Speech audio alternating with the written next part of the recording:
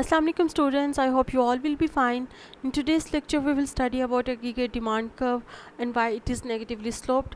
Aggregate demand curve represents relationship between output demanded at different price levels. In other words, we can say that it is a curve which shows how much will be demanded at different prices in the economy. या फिर जैसे मैकॉनल ब्रोफिल ने अपनी book में लिखा कि it is a curve that shows the amount of real output और real GDP that buyers collectively desire to purchase at each possible price level. While the relationship between the price level and the amount of real GDP demanded is inverse and negative. क्यों? जब आपकी price level increase करती है तो quantity of real GDP demanded decreases. Similarly, when the price level decreases, the quantity of real GDP demanded increases. As you can see in next slide, the aggregate demand curve is negatively sloped, and on horizontal axis we have real domestic output or real GDP, या जबकि हमारे पास price level जो है vertical axis पे है. Aggregate demand curve is negatively sloped because it indicates the inverse relationship between the price level and the amount of real output purchased. Aggregate demand को John B Taylor ने अपनी book में aggregate demand inflation से भी represent किया है. According to him it is a curve that represents negative relationship between the inflation and the aggregate quantity of goods and services demanded at inflation rate. उसने कहा कि aggregate demand term जो है वो इंटरप्रेट करती है उन फ्लक्चुएशंस को रियल जीडीपी जो कि पोटेंशियल जीडीपी के अराउंड होती हैं, और ये जो फ्लक्चुएशंस हैं रियल जीडीपी में ये होती हैं due to demand in for consumption, investment, net exports and government purchases. और जब हम सम करते हैं इन सब डिमांड्स का तो that is equal to real GDP and it depends upon inflation rate. तो अगर आपको याद हो तो हमने पढ़ा था कि जो फ्लक्चुएशन कंजम्पशन, इन्वेस्टमेंट या नेट एक्सपोर्ट, गवर्नमेंट परचेजेस, इनमें जो भी हमारी फ्लक्चुएशंस आती हैं उसकी वजह से रियल जीडीपी फ्लक्चुएट करती है. और उसने कहा कि रियल जीडीपी फ्लक्चुएट करती है around potential GDP. In last lectures we have studied that real GDP fluctuates around the potential GDP. अगर आपको याद हो तो हमने कहा था कि रियल जीडीपी जो है वो फ्लक्चुएट करती है जबकि अराउंड इसको मज़ीद पढ़ना चाहें तो आप इसको जॉन बी टेलर की बुक से भी कंसल्ट कर सकते हैं. उसने कहा था जो फ्लक्चुएशंस होती हैं around the potential GDP, these are the real GDP. So here John B. Taylor says that aggregate demand term is used to interpret the fluctuations of real GDP around the potential GDP due to fluctuations in demand for consumption, investment, net exports, government purchases, while the sum of all these demands is equal to real GDP and it depends upon inflation rate. अगर आपको याद हो तो जब हमने micro में पढ़ा था इंडिविजुअल डिमांड कर्व को तो वो भी नेगेटिवली स्लोप था, और यहाँ पे भी एग्रीगेट डिमांड कर्व जो है क्योंकि वो इंडिविजुअल की डिमांड कर्व था माइक्रो में हम पढ़ते हैं इंडिविजुअल लेवल क्योंकि micro is a study of individual level study, और यहाँ पे हम बात कर रहे हैं एग्रीगेट डिमांड कर्व की. सो individual demand curve is negatively sloped while aggregate demand curve is also negatively sloped. लेकिन अब हम चेक करते हैं कि रीजंस क्या हैं जिसकी वजह से नेगेटिवली स्लोप हैं. इंडिविजुअल डिमांड कर्व जो है वो तब नेगेटिवली स्लोप होती है लेट्स सपोज अगर हम कहें कि प्राइस ऑफ इंडिविजुअल प्रोडक्ट जो है फॉल करती है जबकि कंज्यूमर की जो नॉमिनल इनकम है वो कांस्टेंट रहती है and that allows a larger purchase of that product. ये हमारा हो गया इनकम इफेक्ट. जैसे ही प्राइस फॉल करती है consumer wants to buy more of that product that it becomes relatively less expensive than other goods. So ये हो गया सब्स्टिट्यूशन इफेक्ट, और इसकी वजह से आपका इन्वर्स रिलेशनशिप है between the quantity demanded and prices in at the level of individual demand curve. लेकिन ये जो इनकम इफेक्ट और सब्स्टिट्यूशन इफेक्ट का जो थ्योरी है ये एग्रीगेट्स में वर्क नहीं करती. there are some other reasons जिसकी वजह से एग्रीगेट डिमांड का नेगेटिवली स्लोप्ड है. जब प्राइसेस जर्नल में फॉल कर रही होती हैं तो हम aggregate demand curve negatively slope होती है, हम we move down with aggregate demand curve.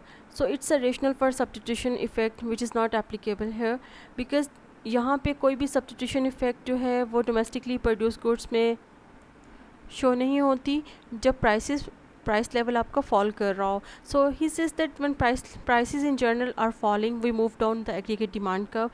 So the rationale for the substitution effect क्या था, जब एक प्राइस किसी भी स्पेसिफिक प्रोडक्ट की डिक्रीज़ होती है तो वो रिलेटिवली चीपर हो जाती है as compare to other products. So ये जो रूल है सब्स्टिट्यूशन इफेक्ट का ये एप्लीकेबल नहीं है. There is no overall substitution effect amongst domestically produce goods when the price level fall. So फिर क्या रीजंस हैं किसकी वजह से एग्रीगेट डिमांड कर्व जो है नेगेटिवली स्लोप्ड है, ये देखते हैं हम. There are some other factors which are responsible for the negatively sloped aggregate demand curve, जिसमें सबसे पहले है real balance effect. Real balance effect, interest rate effect and foreign purchases effect.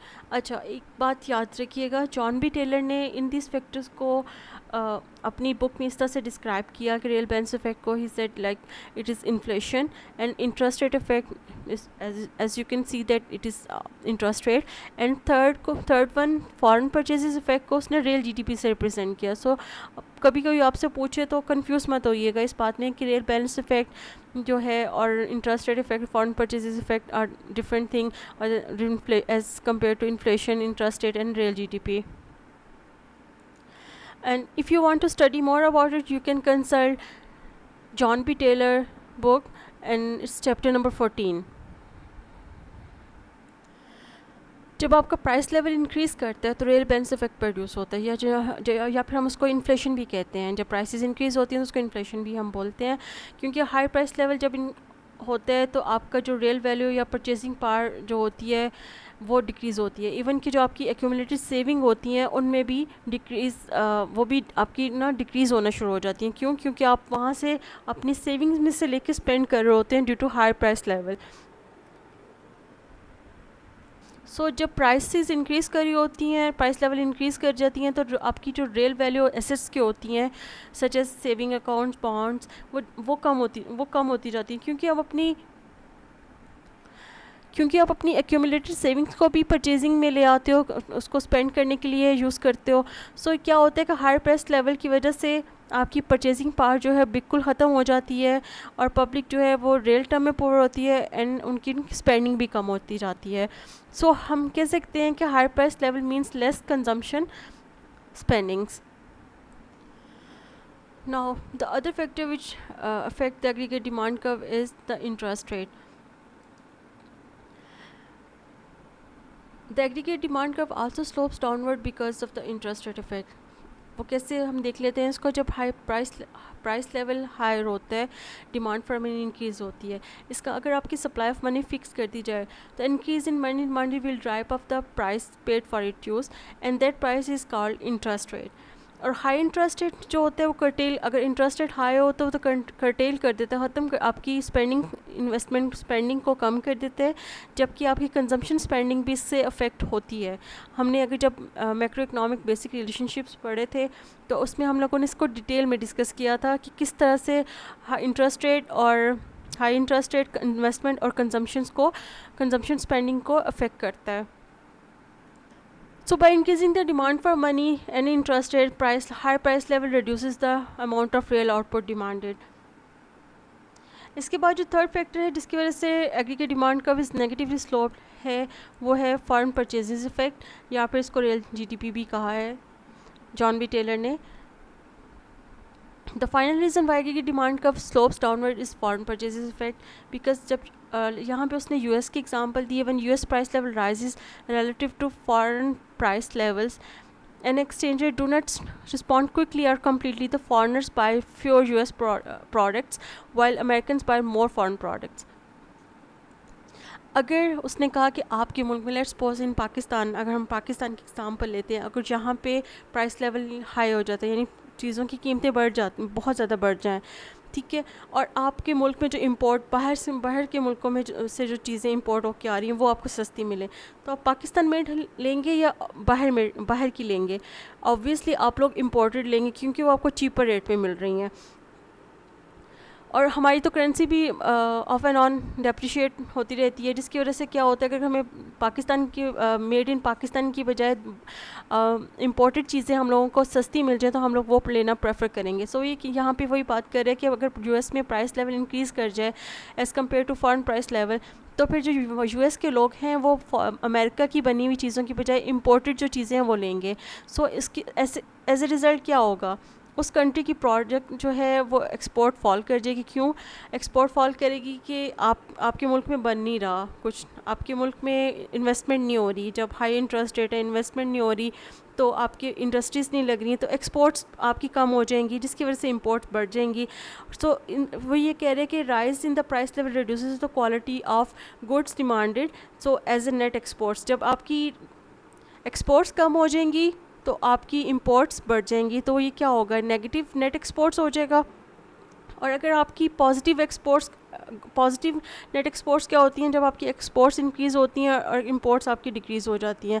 तो ये कहते हैं कि ये जो आपकी फॉरेन परचेसेस इफेक्ट हैं ये इस वजह से भी आपकी aggregate demand curve negatively sloped होती है।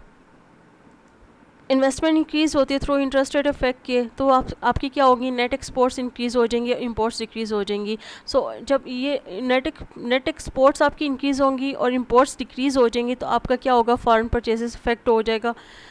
सो ये उसने कहा है कि 3 इफेक्ट्स की वजह से आपकी एग्रीगेट डिमांड कर्व जो है वो नेगेटिवली स्लोप होती है। आई होप क्लास आपको समझ आ गई होगी। अगर जो पॉइंट्स रह गए हैं काइंडली आप उनको नोट डाउन कर लें, हम लोग अपनी जूम क्लास में उसको डिस्कस कर लेंगे। और आज का जो लेक्चर था that was from McConnell, Brue and Flynn, and you can also consult John B Taylor, chapter number 14, aggregate demand and inflation. Thank you so much, have a good day, take care.